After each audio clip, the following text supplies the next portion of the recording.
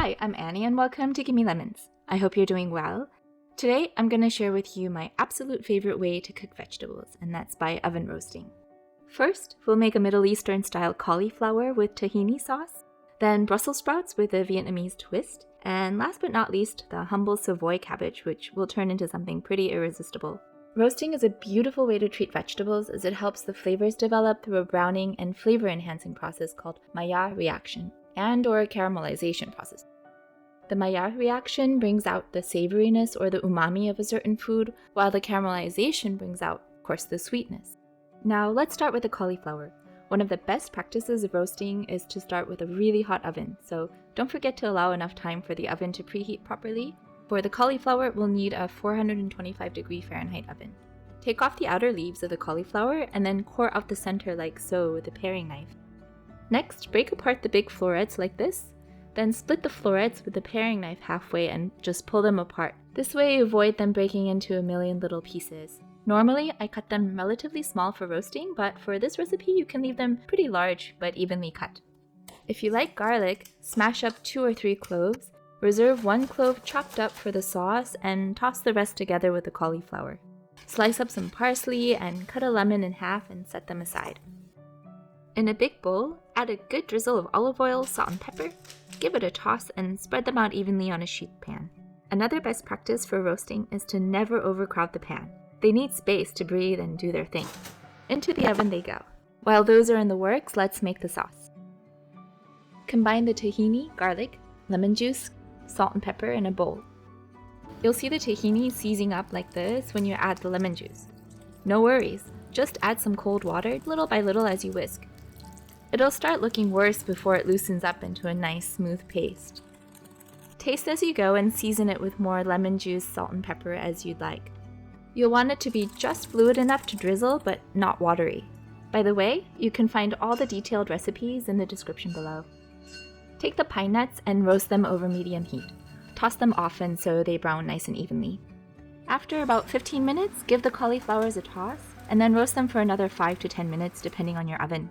I like to cook my cauliflowers until they're pretty well brown, just sort of on the edge, so watch them closely in those last few minutes. When they're done, squeeze a bit of lemon juice on them, toss them and plate them up. Finish them off with a little parsley, drizzles of tahini sauce, and the pine nuts. Now let's move on to the Brussels sprouts. The sauce for this is actually inspired by David Chang, one of the main Korean American chefs who helped put Korean food on the American culinary map. For these, also preheat the oven to 425 Fahrenheit. Prepare the sprouts by cutting off the tips and splitting them in half. You can leave the extra small ones whole, and the really large ones you can cut into quarters so they're all about equal size. Place them in a large bowl, mince 2 to 3 garlic cloves, and toss half of it in with the Brussels sprouts and reserve the rest for the sauce. Drizzle it with olive oil, season with only a small pinch of salt and pepper here. You want to under-season them since the sauce is pretty punchy. Spread them out on a sheet pan with the cut sides down, and then pop them in the oven. Now we'll make our sauce. Slice up a small bit of chili if you don't mind the heat. Over medium heat with a splash of oil, sauté the reserved garlic and chili. David Chang's recipe leaves them raw, but I like sautéing them briefly to tone down their pungency. Here, he smartly uses Vietnamese flavors of sweet, sour, salty, umami, and spicy to balance out the musty bitterness of the Brussels sprouts. In a small bowl, mix the garlic and chili with the fish sauce, maple syrup, rice vinegar, and lime juice. If you can get a hold of the red boat fish sauce, do it. Believe me, it makes a huge difference.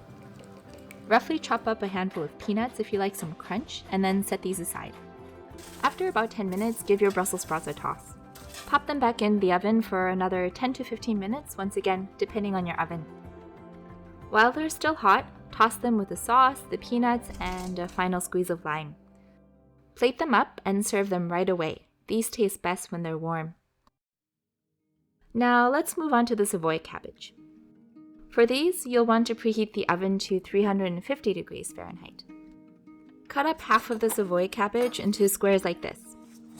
I had the idea to make this because I was craving kale chips, but kale is a pretty tough find in Germany except for the fall and winter. As you probably know, Germany is the land of cabbages, so I tried roasting Savoy cabbage in the oven one day and I hit upon a pretty happy and delicious discovery.